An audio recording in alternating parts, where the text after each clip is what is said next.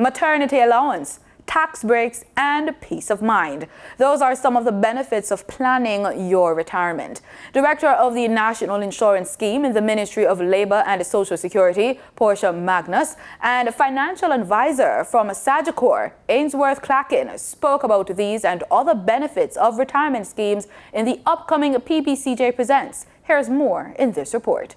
All persons between the ages of 18 to 70 who are gainfully occupied in insurable employment are required to be registered with the NIS.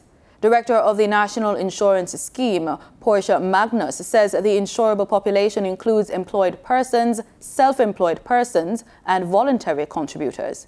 And we also have a suite of what we call employment injury benefits. We have an invalidity pension, a retirement pension. Most persons know the retirement pension.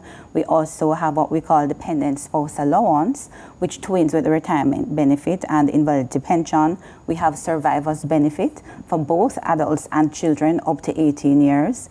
In Jamaica, the usual retirement age is 65, and based on the new Pension Act, where early retirement can be an option.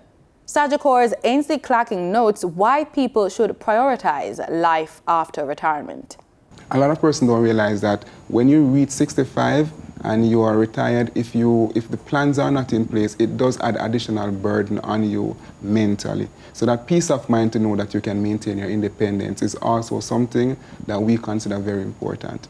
Ms. Magnus explains that the micro or small business operators can contribute to the NIS. She offers a breakdown for individuals who are not in the usual salaried positions. For a self-employed person, that really depends for the shopkeeper how much you would earn during the year.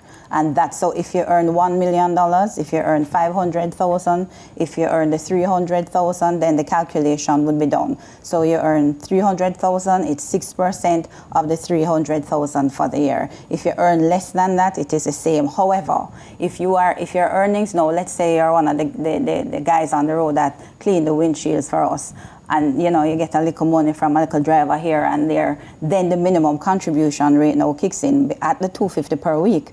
So it really is based on your earnings, just that it is capped using the insurable wage ceiling and the contribution rate. The NIS does not facilitate a big payout to beneficiaries after death, but the family or caregiver can receive a funeral grant. Well, it keeps rolling over because NIS is redistributive in nature. But in terms of the contributions you would have made, then there's also the funeral grant. And so the person who pays the funeral expense. You can watch the full episode of PBCJ Presents on Friday at 5:30 p.m. or you can catch it on our social media pages.